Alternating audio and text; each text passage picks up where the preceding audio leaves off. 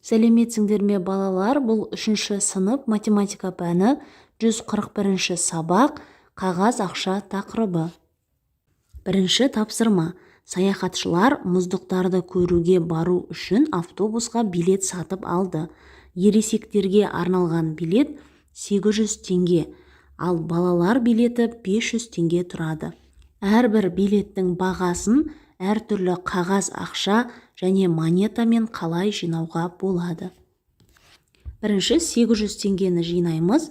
800 теңгені 500 теңгелік, 200 теңгелік және 100 теңгелік қағаз ақша және монетаның көмегімен жинауға болады. Екінші нұсқа 200 теңгеден 4-еуін алып жинауға болады. Ал 500 теңге төлеу үшін 500 теңгелік бір қағаз ақшаны пайдалануға болады. Немесе 200 теңгеден 2-еуін алып, және 100 теңгелік бір монетаны пайдалануға болады.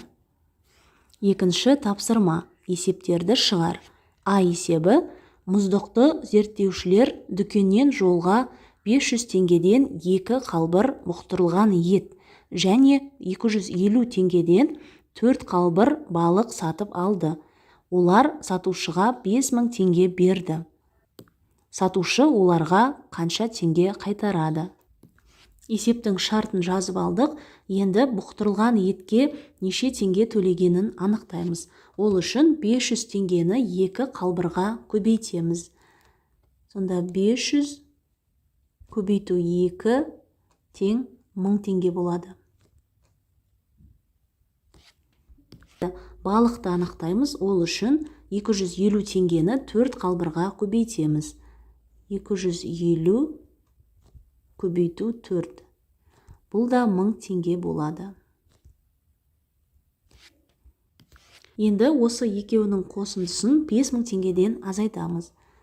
5000 азайту жақша ішінде 1000 қосу 1000 деп жазсақ болады. Сонда жақша ішінен 2000 теңге шығады. 5000-нан 2000-ды азайтқанда 3000 теңге қалады. Жауабы: сатушы 3000 теңге қайтарады. Ә есебі: жас альпинист дүкеннен спорттық арқанның 1 метрін 250 теңгеден сатып алды. Осындай 3 метр арқан қанша тұрады? 4 метр арқан ше. Есептің шартын жазып алдық. 1 метр арқан 250 теңге тұрады. Ал 3 метр мен 4 метрді анықтаймыз. 3 метрді анықтау үшін 250 теңгені 3 метрге көбейтеміз. 750 теңге болады. Ал 4 метрді анықтау үшін 250 теңгені 4 метрге көбейтеміз. Сонда 1000 теңге болады. Жауабы: 3 метр арқан 750 теңге, ал 4 метр арқан 1000 теңге тұрады. Үшінші тапсырма. Кесте бойынша есептер құрастыр. Оларды шығар. А есебінде жасыл және қоңыр түсті каска берілген. Олардың бағасы бірдей, бірақ белгісіз. Сандары берілген, ал жасыл касканың құны белгісіз, қоңыр касканың құны белгілі 6000 теңге. Ең алдымен олардың бағасын анықтаймыз. Бағасын анықтау үшін құнын санына бөлеміз. 6000 теңгені 2 данаға бөлеміз. Сонда бағасы 3000 теңге болады. Мұнда жазып қойсақ болады. Бағасы 3000 теңге. Екеуінің бағасы бірдей. Енді жасыл касканың құнын анықтаймыз. Құнын анықтау үшін бағасын санына көбейтеміз. Сонда 3000-ды 3-ке көбейтеміз. Тең 9000 болады.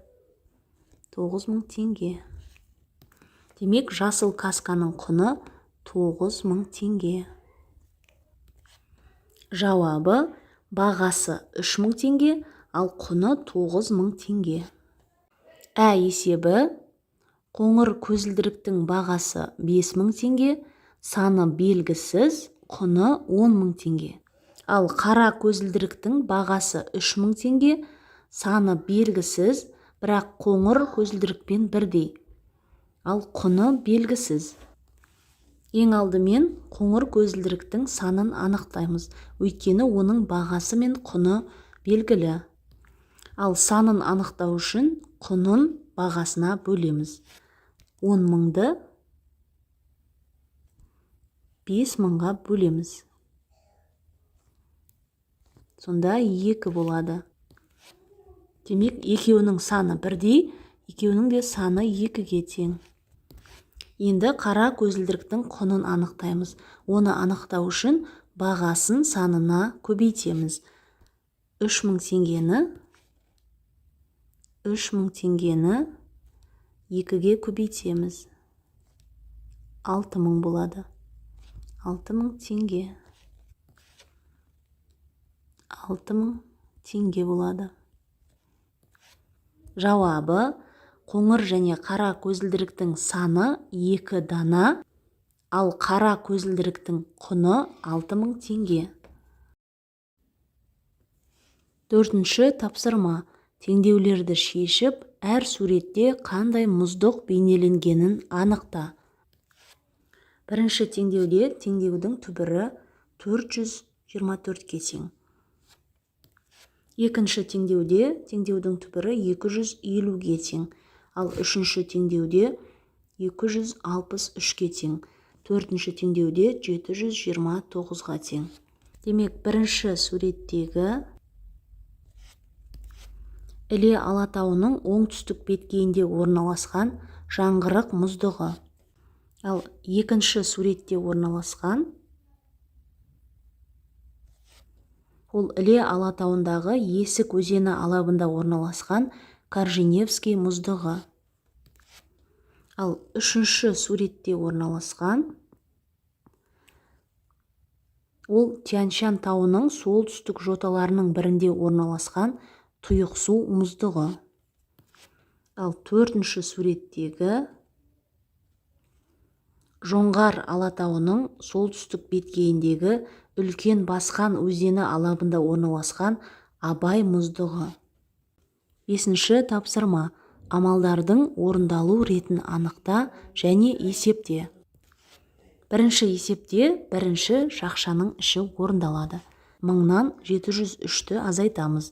297 болады. Екінші амал бөлу амалы орындалады. 876-ны 2-ге бөлеміз. 438 болады. Үшінші амал бөлу амалы 672-ні 4-ге бөлеміз. 168 болады. Төртінші азайту амалы орындалады. 438-ден 168-ді азайтамыз. Сонда 270 болады. Бесінші амал қосу амалы 270-ге жақша ішінен шыққан 297-ні қосамыз. Сонда 567 болады. Өрнектің мәні 567. Екінші есепте бірінші жақшаның ішіндегі көбейту амалы орындалады. 315-ті 3-ге көбейтеміз, 945 болады. Екінші тағы да жақшаның ішіндегі көбейту амалы орындалады. 179-ді 4-ге көбейткенде 716 болады. Үшінші жақшаның ішіндегі азайту амалы орындалады. 945-тен 716-ны азайтамыз. 229 болады. Төртінші азайту амалы орындалады. Осы жақша ішінен шыққан 229-дан 65-ті азайтамыз. 164 болады. Бесінші қосу амалы орындалады. Осы 164-ке 768-ді қосамыз. 932 болады. Өрнектің мәні 932. 6-шы тапсырма. А есебі есепті шығар. Мұзтаудың су бетіндегі бөлігінің биіктігі 15 метр. Ал су астындағы бөлігінің тереңдігі одан 6 есе артық. Мұзтаудың жалпы ұзындығы неше метр? Ең алдымен мұзтаудың су астындағы бөлігінің тереңдігін анықтаймыз. Ол үшін 15 метрді 6 есе арттырамыз. 15 көбейту 6 тең 90 метр болады. Ал жалпы ұзындығын анықтау үшін биіктігі мен тереңдігін қосамыз. Биіктігі 15 метр, оған қосамыз тереңдігі 90 метрді. 15 қосу 90 тең 105 метр болады. Жауабы: мұзтаудың жалпы ұзындығы 105 метр. Ал суретке қарайтын болсақ, мына мұзтаудың суреті берілген. Судың бетінен жоғарғы жағын биіктігі деп алған. Осы аралық 15 метр болады.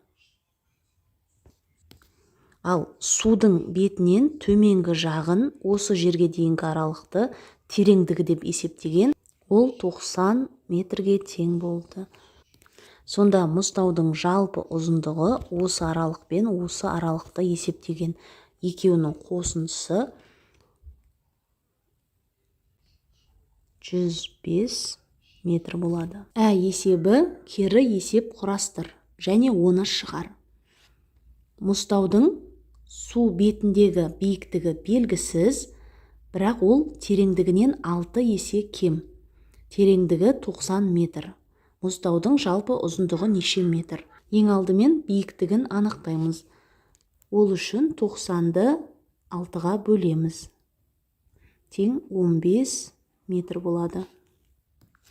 Ал жалпы ұзындығын анықтау үшін биіктігі мен тереңдігін қосамыз. Биіктігі 15 метр, оған тереңдігі 90 метрді қосамыз. Тең 105 болады. Жауабы: мұзтаудың жалпы ұзындығы 105 метр. 7-ші тапсырма. Сызба бойынша өрнек құрастырып, оның мәнін тап. 5 көбейту 121 тең 605 болады. 5 көбейту 120 600 болады. Ал 600-ге 605 шығу үшін 5 санын қосамыз. Байқасаңыздар, мұнда 5-ті 121-ге көбейткен және мұнда 120-ға көбейтіп тағы бір 5-ті қосқан. Келесі есепті де осыған ұқсатып шығарамыз. Келесі есепте 7 көбейту 102 714 болады. Мұнда 7 көбейту 102 болғандықтан мұнда 101 деп жазамыз. 7 көбейту 101 707 болады. Ал оған 714 шығу үшін тағы бір 7-ні қосамыз. Келесі сызбада 4 көбейту 109 436 болады. Мұнда азайту болғандықтан енді бір сан артық санға көбейтеміз. Сонда 110-ға көбейтеміз. 4-ті 110-ға көбейткенде 440 болады. 440-тан тағы бір 4-ті азайтқанда 436 шығады.